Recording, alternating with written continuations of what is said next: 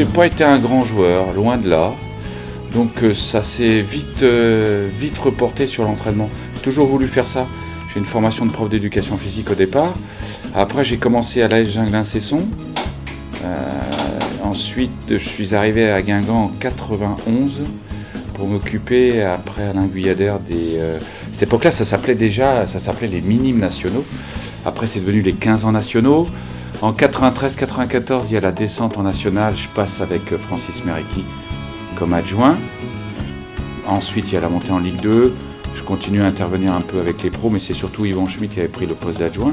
Et moi, je suis passé au centre de formation, aux 17 ans nationaux, jusqu'en, ça doit être février 99, avec l'arrivée de Guy Lacombe, où là, je bascule complètement comme adjoint. Voilà, montée en Ligue 2, en Ligue 1, pardon. On part en mai 2002 à Sochaux, 4 ans à Sochaux, 1 an et demi au PSG, et retour en octobre 2007 ici.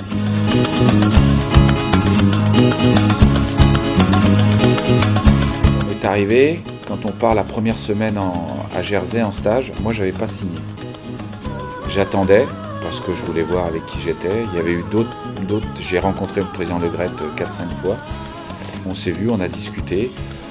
Ouais, je voulais voir un petit peu, j'étais pas forcément... Le terrain commençait à me manquer, sincèrement le terrain commençait à me manquer. Franchement, il me manquait. J'attendais que Guy trouve quelque chose. Victor arrive, le président souhaite que je signe, je lui dis non, je signe pas. Je veux voir avec qui je vais travailler, comment c'est. On part à Jersey, et là on a fait opération commando. Et j'ai trouvé quelqu'un qui était dans la même réflexion que moi sur le travail, sur l'état d'esprit, sur la volonté.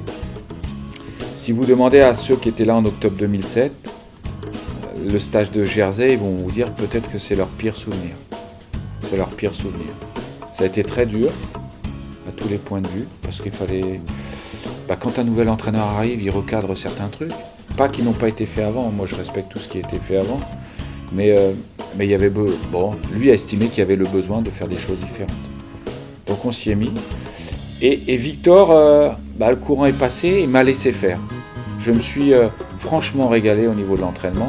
J'ai peut-être pris une autre dimension dans le travail par rapport à Guy, et où j'avais plus de liberté, plus de trucs. Victor était là, on échangeait beaucoup, on parlait de football, on n'était pas toujours d'accord, loin s'en faut. Et puis on a avancé comme ça.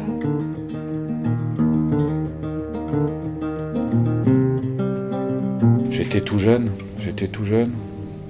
J'avais, comme tout jeune entraîneur, ou tout jeune, je compare ça souvent quand j'étais prof de gym, quand on sort de l'UFR STAPS ou de l'UREPS, à cette époque-là, on pense qu'on va révolutionner l'éducation physique. J'avais fait, je pense, du bon boulot à Ginglin, Yvan Schmitt m'avait repéré, j'arrive, et avec Francis, j'ai découvert le métier d'adjoint avec quelqu'un qui m'impressionnait par son recul sur les choses, par son expérience. Après, j'en ai connu d'autres, mais Francis, ouais, au départ, j'étais tout jeune. J'étais jeune con, sûrement. Je suis un peu plus âgé, un peu plus con, pareil. Mais j'ai appris vraiment le métier avec Francis et Yvon au départ. Franchement, je les rencontre pas, je suis pas sûr qu'il y ait la continuité derrière. Le hasard faisant souvent bien les choses, actuellement je suis au DEPF avec Lionel Rouxel, Jean-Luc Vanucci, 3 anciens Guingampais, et le responsable de la formation DEPF, c'est Francis Mérecky. Donc les choses n'ont pas changé depuis des années, je continue à le vouvoyer. Je lui mettrai pas la main, je taperai pas sur ses épaules, ou je lui taperai pas dans le dos, parce que j'ai toujours autant de respect pour lui. Je le vouvoie toujours et ça change pas les choses. C'est plus le même homme, c'est plus l'entraîneur que j'ai connu en 93 jusqu'en 98-99. Il a énormément évolué dans plein de domaines. Et c'est toujours enrichissant, franchement, c'est toujours enrichissant.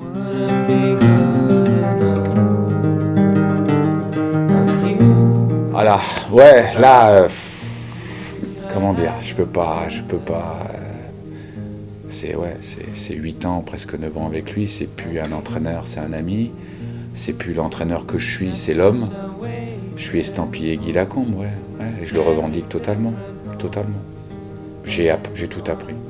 Ça aurait dû normalement durer 15 jours, puisque quand il arrive en février 99, il n'y avait personne pour aller sur le poste. Yvon me propose, Guy arrive, et moi, ayant travaillé avec Francis, Et ayant les 17 ans nationaux, je me voyais pas continuer, je me voyais pas prendre une suite comme ça avec quelqu'un.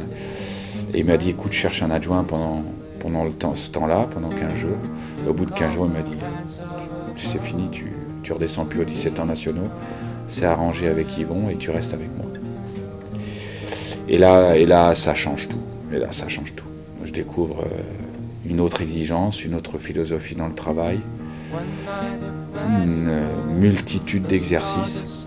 Je me souviendrai toujours ça devait être le 2e ou 3e jour. On avait les bureaux qui étaient de l'autre côté, le stade n'était pas tout à fait comme ça. J'ouvre mon bureau et il me dit voilà, il y a une vingtaine de classeurs, des gros classeurs. C'était toutes ces séances depuis des années au centre de formation à Cannes, à Toulouse. C'est tous ces stages pour le formateur et le DEPF. Il m'a dit tu t'imprègnes de cette philosophie-là, du travail et tout.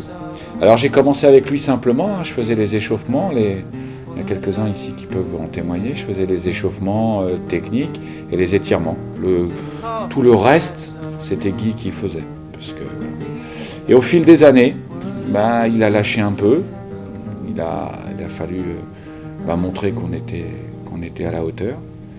Et puis de la partie technique est partie les formes jouées, la préparation athlétique. Avant, il me disait ce qu'il fallait faire, je trouvais les exercices, après je les programmais. Et au fur et à mesure, pour arriver les dernières années à Paris ou à Sochaux, avec lui s'occuper du cœur de la séance, le travail tactique et tout. Et j'avais vraiment la fonction d'adjoint. Les routes se sont séparées, mais bon, c'est pas dit, on en a parlé il n'y a pas très très longtemps. Peut-être qu'un jour les choses se referont.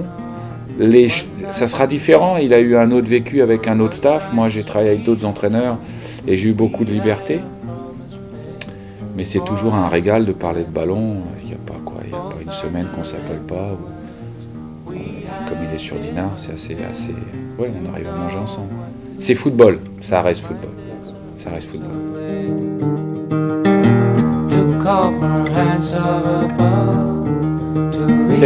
a été un drôle de moment, franchement. Ouais. J'ai passé du bon temps avec Victor, avec Francis aussi, mais avec Victor. À la finale de la Coupe de France, la personne qui est en face de moi, j'ai plus longtemps sur le banc, plus de souvenirs, je dirais plus d'affinité parce qu'on est amis. Et voilà. Et dans la famille, je ne citerai pas chez moi, mais j'en connais une petite, ma fille, qui était pour Guy, dans le couloir. Je lui ai dit, parce que j'ai vu ma fille, elle était un peu... Elle est toute petite, elle avait 5-6 ans. Et je dis, il y a Capucine qui est triste.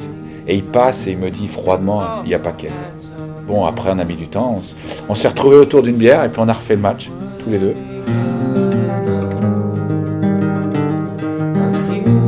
C'est marrant, j'ai gagné un titre avec chaque club. J'ai gagné avec Sochaux, Coupe de la Ligue, on a fait 2 finales. En 2003, on est battu par Monaco. En 2004, on gagne au péno la fameuse série avec Michael Andro.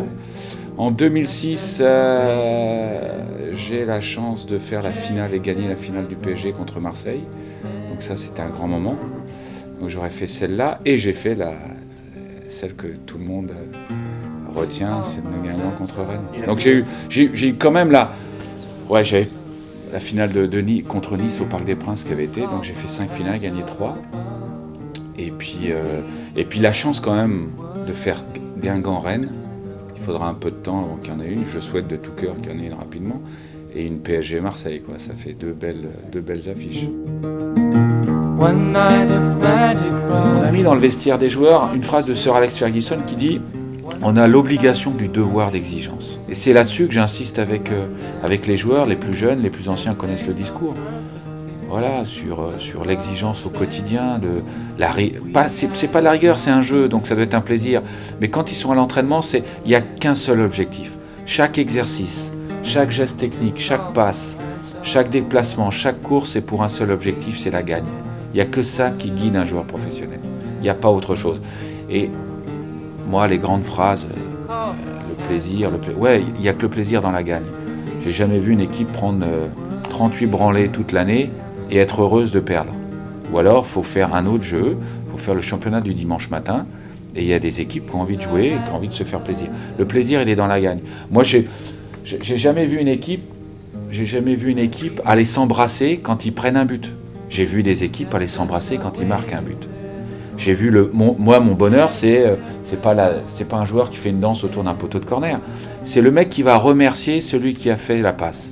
Ça, c'est Guy disait toujours, la passe, c'est une preuve d'amour. Donnez le ballon comme vous avez envie de recevoir.